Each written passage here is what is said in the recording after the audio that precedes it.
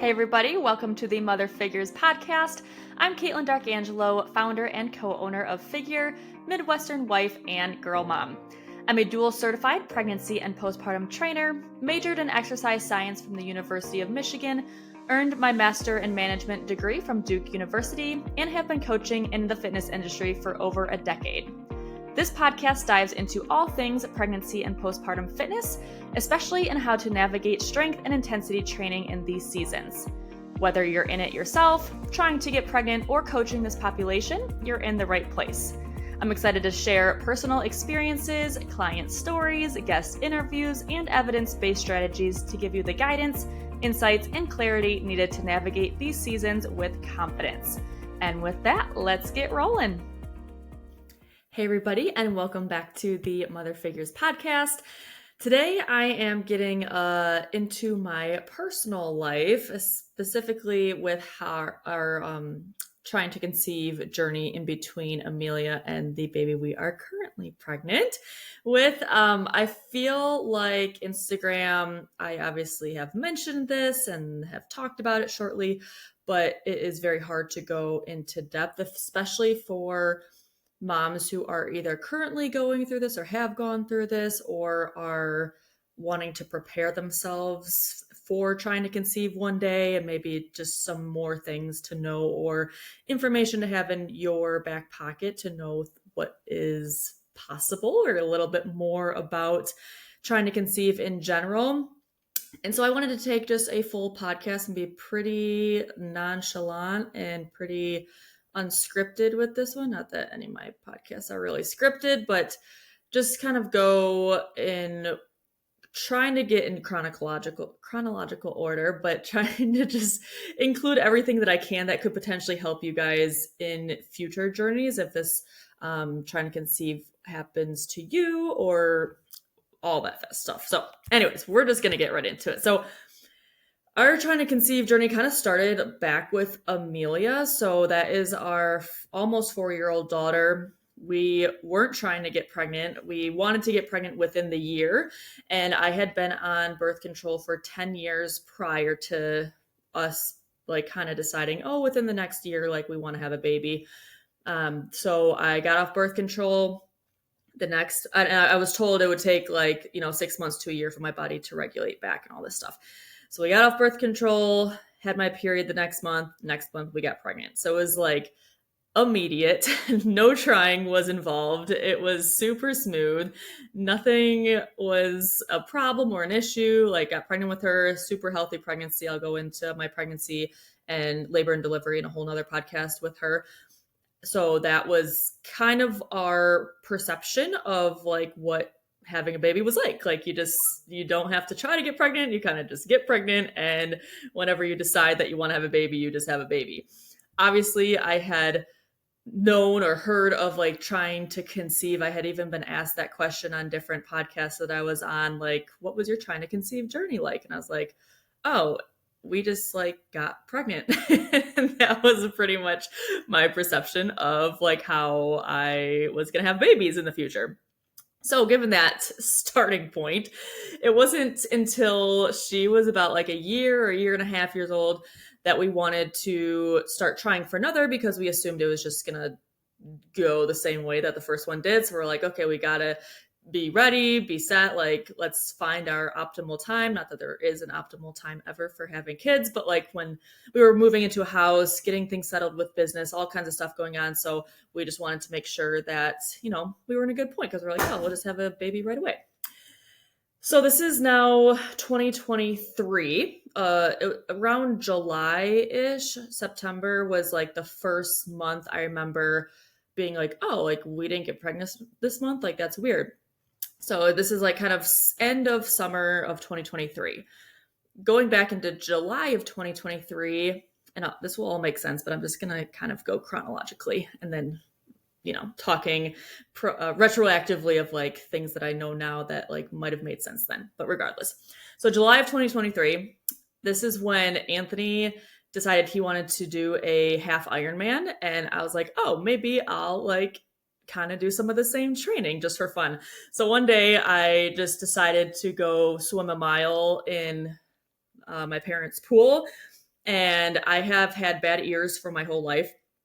And I was wearing like that ear wax underneath my swim cap and it fell out. And generally I would like never swim without earwax because I've had bad ear stuff for forever. And I was just like, I just want to see like if I can do a mile without stopping. So I like didn't stop to put my earwax in. This sounds so unrelated, but it'll make sense in a second. And so I got a severe ear infection. I couldn't hear out of that ear for literally almost a year and a half. I had severe pain, drainage, inflammation. I thought, again, I had ear problems for my whole life. I had tubes, I've had pressure issues, all this kind of stuff. And so I just assumed that like it would go away. It would just be like any other ear infection.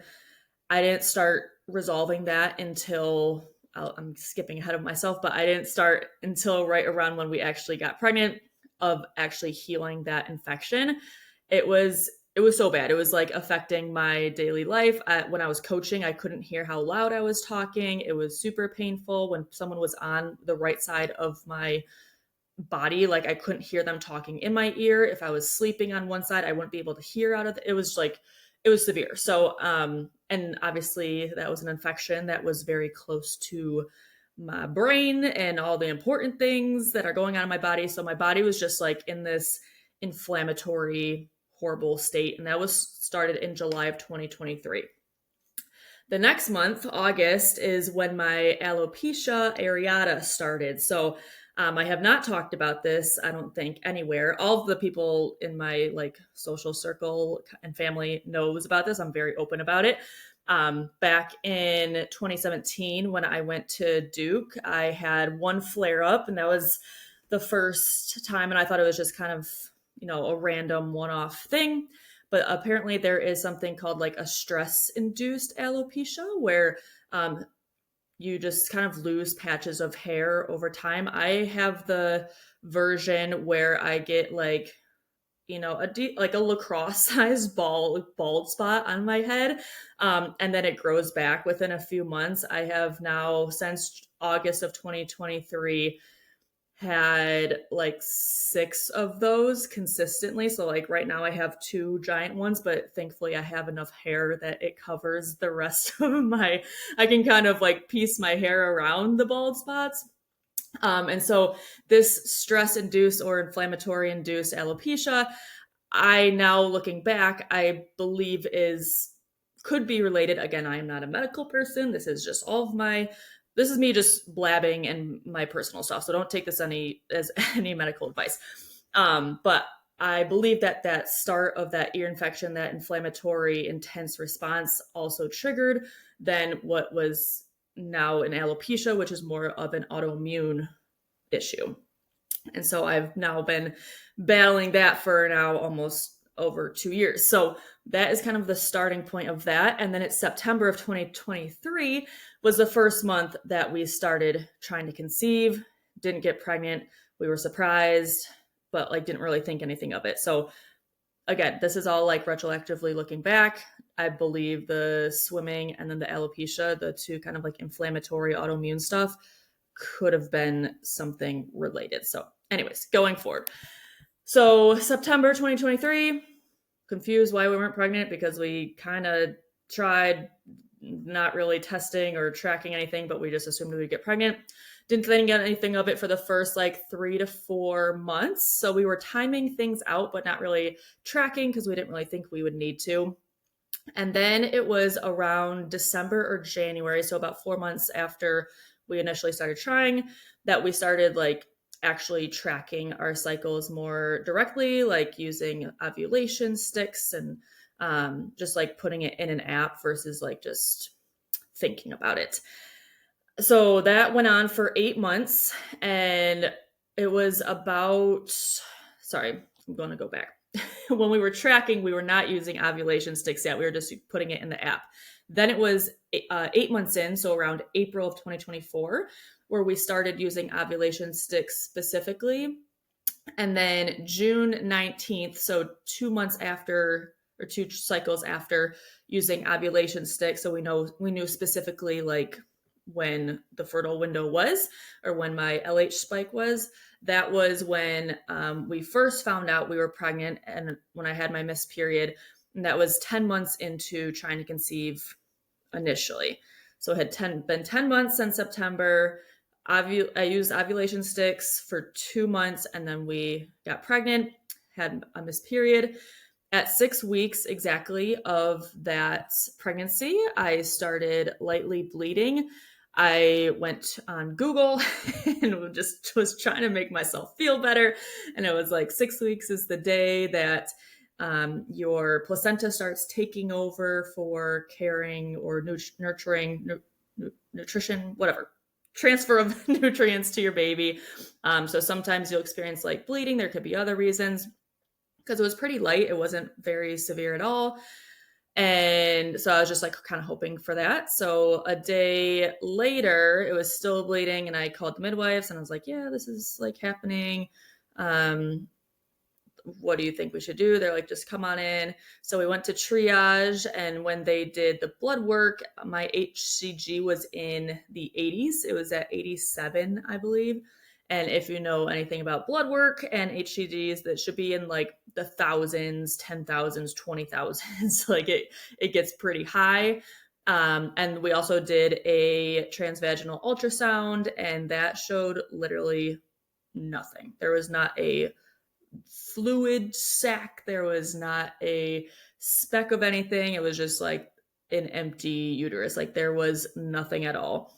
And so that was like pretty shocking for us, because we, number one, assumed that we would get pregnant right away.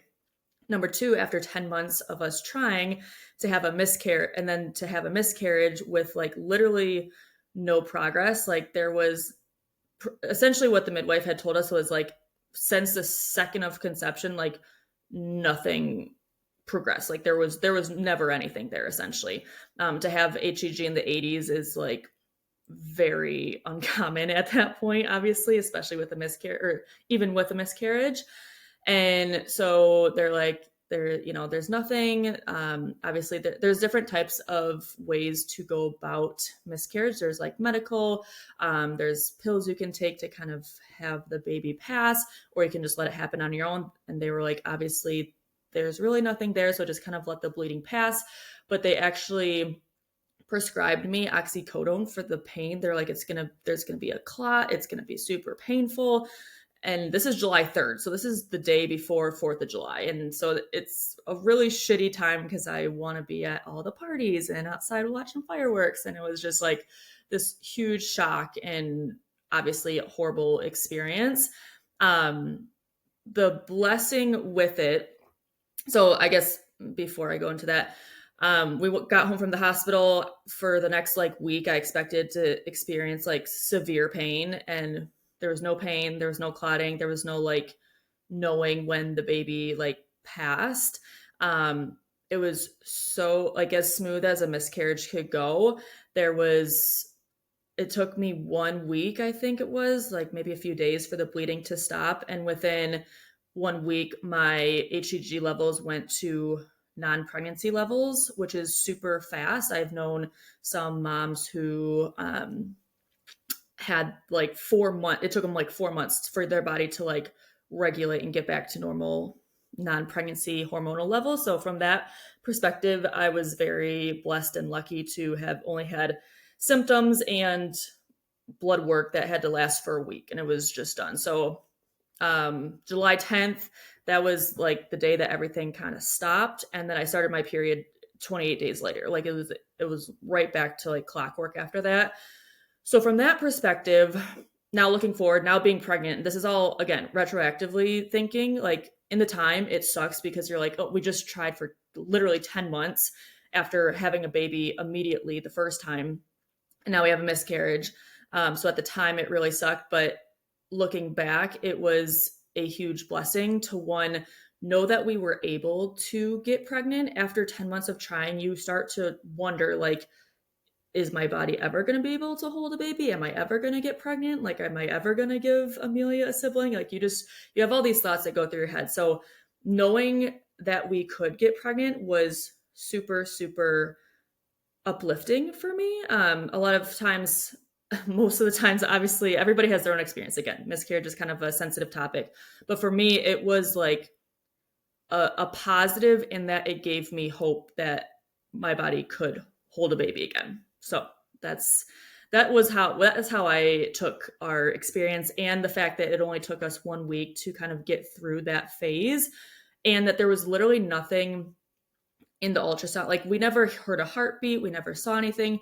These were all helpful things for me mentally, and so I think that's why I have such an easy time talking about it. I am just like kind of a realist and fact-based person anyways, but those things really did help me. And I know, again, in this field, like, or in the trying to conceive loss space, like, everybody says, like, don't try to, have reasoning around it, or just because you never heard a heartbeat doesn't mean anything. Like, we still like mourned this loss, yes. However, it also helped that we never heard a heartbeat, and that there was nothing that we saw in an ultrasound and all this stuff. So, like, for my personal experience, it was about as smooth as a miscarriage could go, and all of that I took.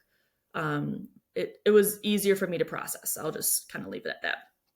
So, back on the trying to conceive train, that was our miscarriage at 10 months of trying, and it, like, from the start.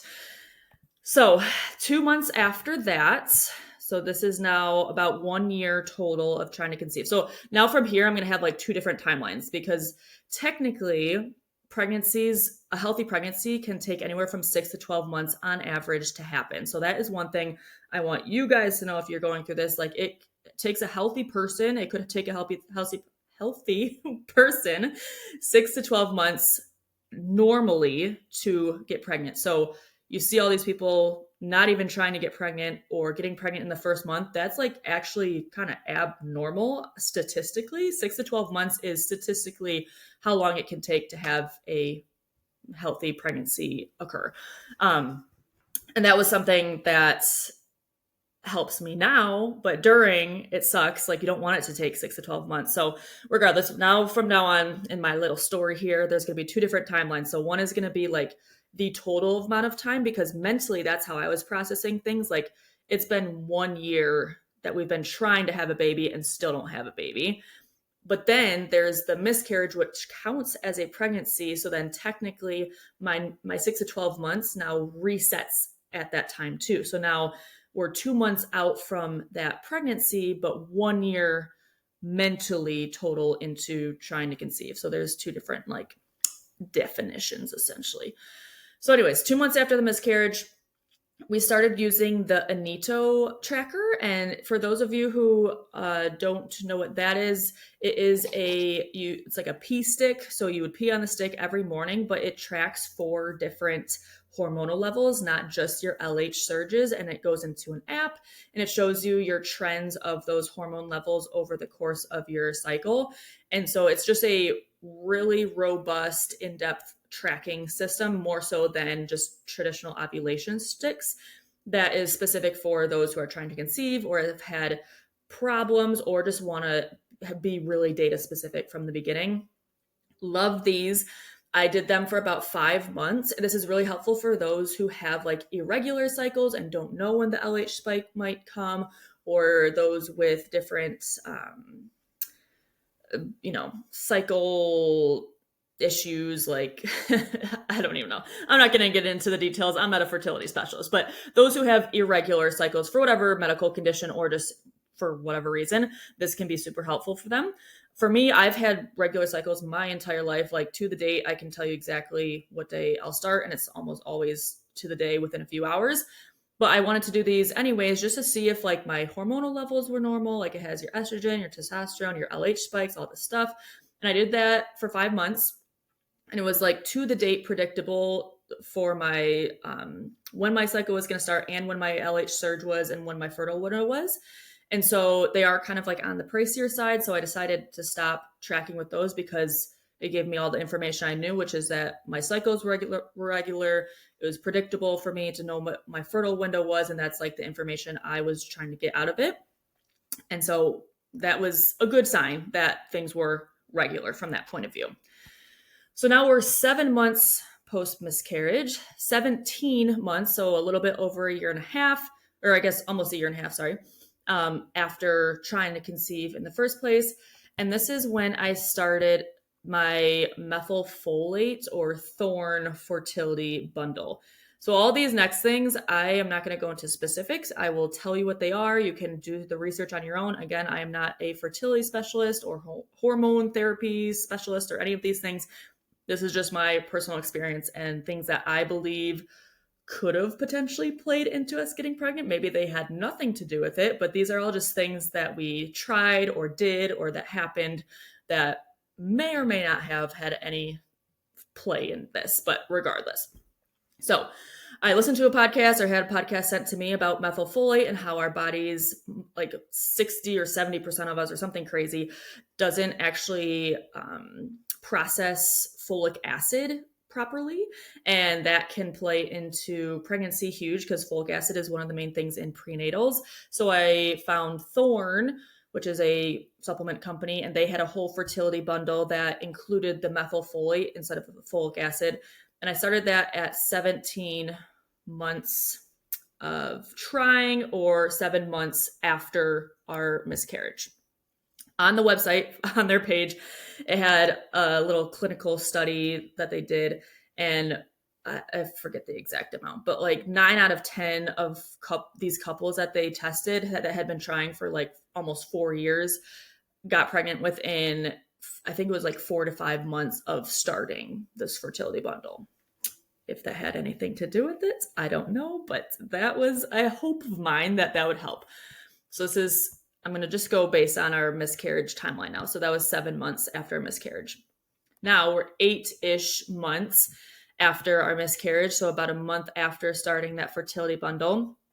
Still, like kind of each cycle, every time I had a period, it was just like, well, fuck, like what's the next thing to do? So pretty much every month was like, okay, let's get a little bit deeper. Let's get a little bit deeper. So this month is the month that I gave myself the timeline to go see a fertility specialist or a fertility clinic.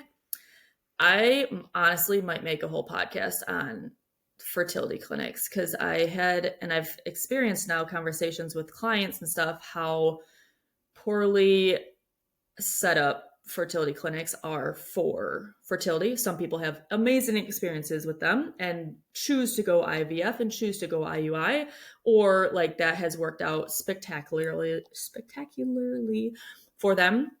However, for someone in my position who wanted to get pregnant naturally, who kind of knew there was nothing innately wrong, who wanted to do more testing or doing different health related things before going to a medical procedure, I had a absolutely horrible experience with the fertility clinic. I will save that for another day, but pretty much I went in there. They didn't test a lot of my like in-depth health things. And their first recommendation was that I go on birth control in order to line up with their scheduling system so that I would do an outpatient procedure at the hospital to check for a fallopian tube defect. There's never been a sign that I had any fallopian tube defects. This was just one of their check marks that they wanted all of their clients to go through so that they would have higher success rates in their practice. So obviously, if somebody had a fallopian tube defect, they would know it and they would kind of take them out of their numbers because there would be that issue to solve before going into IUI or IVF. And so that was just one of their like check marks that they wanted all people to do first.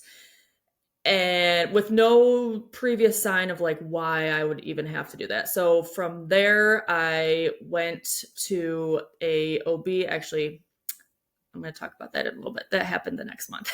So anyways, I went to the fertility clinic. Their recommendation, before even asking about my fitness and my health and my gut and my autoimmune stuff and my inflammatory stuff, they said go on birth control, which would have been a month and a half out of when they would have then scheduled me for this outpatient surgery or procedure. And I said, no, I'm not getting on birth control. What if I get pregnant naturally? And then the worst part was after the conversation, the lady that it was a Zoom call too. That was the most hilarious part of it. She didn't even see me in person. She goes, well, I could have told you by the sound of your voice and the way you were talking that you weren't going to adhere to our procedures. And I was like, F that. So really sour taste in my mouth, really hated that experience regardless. So that was a fertility clinic. I pretty much said, nope, I'm not going to listen to you. And I'm going to go about my own thing. So then we have a month later, I had my period again. This was April now of 2024. Wait, 2025. I should have wrote the years on this. Yeah, this is of this year. Wow. It's been a long year. All right, so this is April of this year. So 9 months after our miscarriage, 19 months total. This is April of 2025. That I had my period that day. So again, I was like, okay, what's the next thing? Like we could try, like, let's keep layering on all these things. I had previously done a vaginal microbiome test. So similar to your gut microbiome, you have a vaginal microbiome, which is very interesting. Again, not going to go into the science of this stuff, but based on those tests, I worked with a holistic practitioner on this. She had me go on a microbiome or vaginal probiotics to help the pH or environment, because like when the sperm comes in, it has to have an optimal environment to even get to the egg. So which makes total sense to me. That's kind of more the track of what I was looking on to start solving, the root of the problem here. And so I started microbiome probiotics that first day of my period. And that was like a 7-day probiotic regimen. This is all going to get very fine-tuned because this is the month that we got pregnant. So that was the first week. After a week, I had this random, what I thought was like food poisoning or something. It was like a 24-hour stomach bug. There was also other people getting sick around this time, so it might have been just like a random cold. But I like threw up like everything. Like I don't throw up ever. And it was like all night. I was just like puking for 24 hours. I was just like, my body was so dead, laid in bed, couldn't move. And it almost was as if like my stomach was like cleared, like all the shit inside of it just like was like fresh again. Like, I don't know. This is just where my brain is going again. Maybe this is like such horrible thought processes, but who knows? It could have helped. And at that point, I couldn't take any of my supplements. And at the time, I was taking fish oil and CoQ10 and my prenatal and probiotics and the methylfolate stuff and the DHA. And it was just like too much. And I just was like, screw it. We've been trying for 9 months now. Like, I don't want to take anything. And my stomach was empty. So I was like, I can't eat anything. It sounds horrible. And I can't take my supplements. So I just decided to just stop taking everything. I just stopped with every single supplement that I was taking. One, because my stomach hurt and I wouldn't have been able to like stomach it at the time, like the day after I had the sickness. But also I was just pissed off and annoyed. And I said, whatever's going to happen is going to happen. And who knows if these supplements were ever doing anything. I'm just done. So it's kind of at this like annoyed part. So this is 20 months into trying to conceive, 9 months after the miscarriage. Then the next week was my fertile window, and I had my sister's bachelorette party for the entire fertile window. And I was like, thank you, Rachel. You are skipping another month that I could have got pregnant, but here we are. It was a great time. I'm not blaming her at all, but it just like so happened that the fertile window, we were in Arizona. We were on a bachelorette party, so I was drinking alcohol and obviously not doing the deed to get pregnant. So I was like, oh, whatever, like we'll try again next month. Again, at this point, I'm just like trying to let go of anything that I can just because I'm getting like pissed off and annoyed and frustrated at this point. Also around this time, so this gets very granular, obviously. The fertility clinic had wanted me to do another thyroid level test as just again, baseline TSH. There's a whole, there's T3 and T4 and all this other stuff, but just basic line TSH as part of their protocol as well. That was slightly elevated outside of their ideal for fertility. So I think I was at like a 2.4, 2.5, and they would have recommended me to be a 2 or under. So they put me on thyroid medication, which I also hate medication, but I was like, okay, I also talked with a holistic fertility specialist about that. And she's like, yeah, that's like not a bad idea. And my aunt is also very into hormone health and like, healing from a nutrition and thyroid point of view. And she was like, yeah, that's like a pretty good recommendation. Like I would just try it. So I was like, okay, whatever. So and because of my aunt who knows a lot about thyroid stuff, she first recommended to cut out gluten and dairy to help with just different inflammatory stuff. And then I also cut caffeine like severely. Like I was drinking like a whole Alani Nu a day, and then I went down to like a sip or two every few days. Again, who knows if any of this has anything to do with anything, but gluten and dairy free and pretty much caffeine free. Again, this is all kind of during or right after my fertile window. The day I got home from Arizona, so this is now April 15th, so right smack dab in the middle of my cycle, but after the fertile window is when I started my thyroid medication. And this is also when I went to the ear doctor finally. So this kind of plays back to that July of 2023. So from July of 2023 to April of 2025, I had severe, like, day altering ear infection. I finally went to the doctor and they put this like ear cream in, like a medical grade ear cream, whatever, to start the healing after almost 2 years of inflammation. And there's a lot that happens on this day. So I start my thyroid medication. This is all on April 15th. I got ear cream in to start my ear inflammation to start going down. It was also the day that I scheduled a pelvic ultrasound with my OB that was connected to my midwife practice, as a second opinion about the ultrasound or the procedure that the fertility clinic wanted me to do. This, so they wanted to test my fallopian tubes, and the OB was pretty much like, we can just do a normal ultrasound just to like see if they're anatomy wise it looks like there's anything wrong with your uterus and fallopian tubes and things, and they found nothing wrong. So she's like, I have no reason that you would have to do a more intensive look into this, essentially. And on this day was also magically the day that my midwife practice started taking our insurance. So prior to this whole 2-year period, the midwives that I had with Amelia did not take our current insurance. We're self-employed, so there's like a whole annoyance about the like insurance world of things when you're self-employed. And so I was going to have to find a different midwife practice besides the ones that I had wanted to be using if we had gotten pregnant any time previous to this. So pretty much a summary up until this point. I had a lot of things going on. I was trying a bunch of things. We had I'm still on the methylfolate, or had taken the methylfolate. I had taken the prebiotic. I had the pelvic ultrasound to confirm that there was nothing wrong uterus wise. I had just had the fertility clinic the month prior tell me that I had to get on birth control for this current month that we're on in April here, in order to work with them. I had the healing of my ear, and our midwife started taking our insurance magically all in the same month. This is all April. A few days later, we went to Miami, more chill time, just didn't care, whatever, wasn't thinking about things.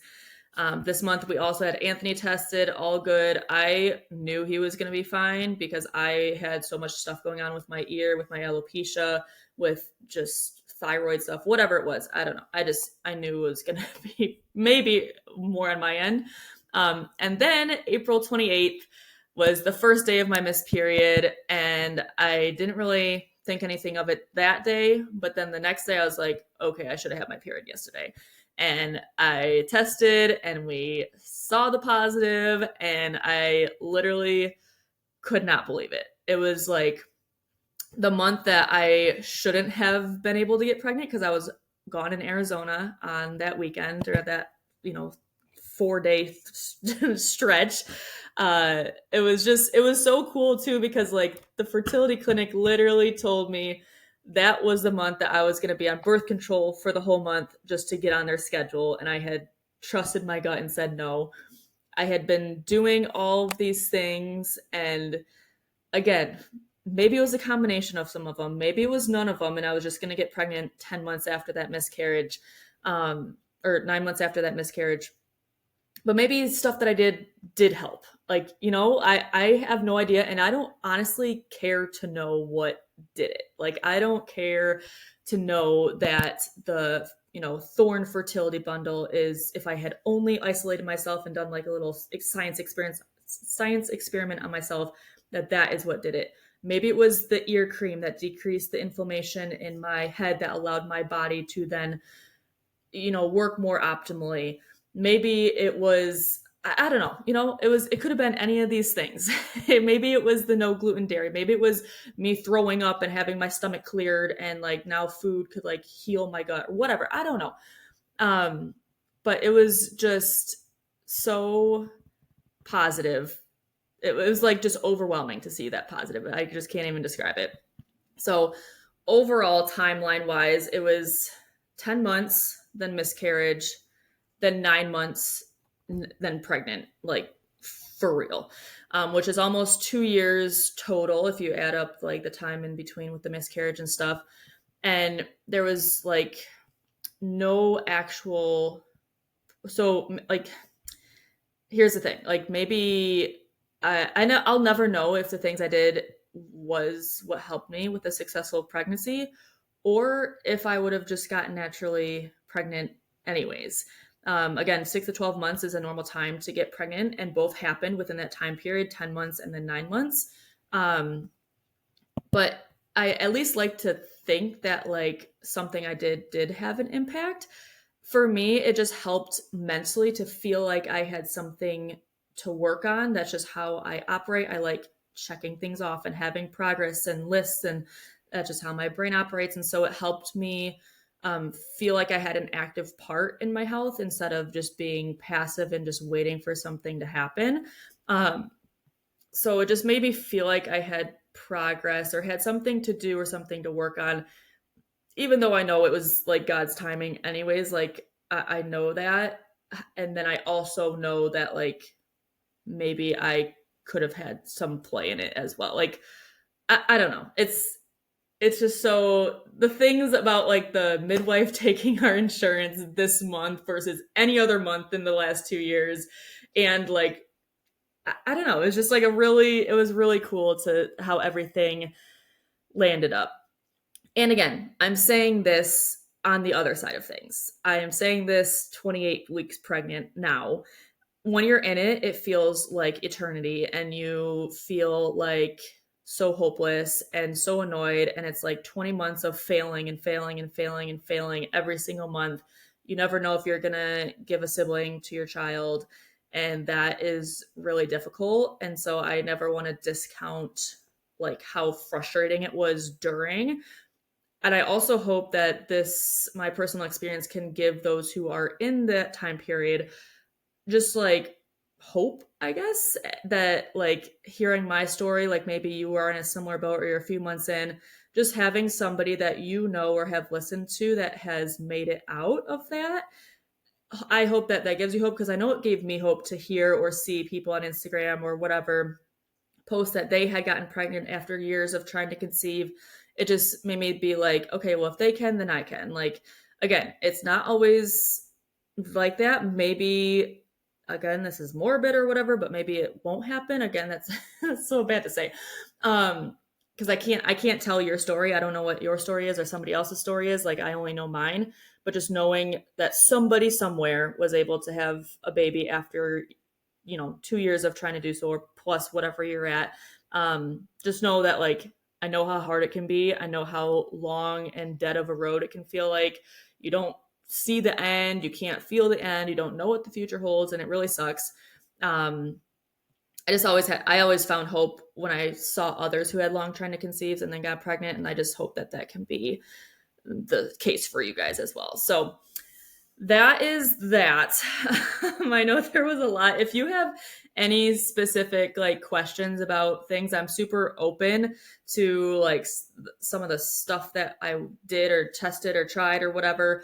Again, I'm not a specialist, so I'm not going to try to tell you the science or behind the scenes stuff of that. But if any of those things sparked your interest or things that are you wanted to try or had heard about and wanted to hear my more in-depth experience with it, I'm all ears. And I am excited now I wanted to frame this pregnancy out with that first, knowing that it did take so long and it did suck. And now we're here. And I will plan on doing like a first trimester from my personal experience, second trimester now, because now I'm in my third trimester, which is crazy. And just go on from there. But wanted to first obviously take the time to highlight how we got there and the journey to get here and just how blessed we are now that we're almost, 3 months or less away from meeting this baby. So that's that. All right. Well, that is today's episode, and I will see you guys all on the next podcast. Thanks for tuning in to the Mother Figures podcast. If these episodes help or resonate with you in any way, it would be so helpful to the show if you could leave a review so we can get this into more moms' hands. And if you're looking for even more guidance and direction when it comes to pregnancy and postpartum fitness, I got you covered. My Mother Figures app subscription includes my Figure Pregnancy and Figure Postpartum workout programs, in addition to our general fitness programs. You'll get the day-by-day workouts you need to help you feel strong, pain-free, and labor-ready during pregnancy, and also the recovery, strength, and progressions you'll need to get back to the activities you love, full of strength and without symptoms after baby arrives. If you're local to the Brighton, Michigan area, I also host daily women's functional fitness classes, a 6-week postpartum return to fitness course, and pregnancy and postpartum consultation sessions. For those who are providers, coaches, or practitioners in the space, I hold a live Mother Figures certification course that equips you with the knowledge, tools, and confidence to train and work with this population. For information on all of these services and programs, make sure to check out fitisgettingreal.com/moms or head to the show notes for the direct link. I'm so thankful that you tuned in today's episode, and I will catch you next time.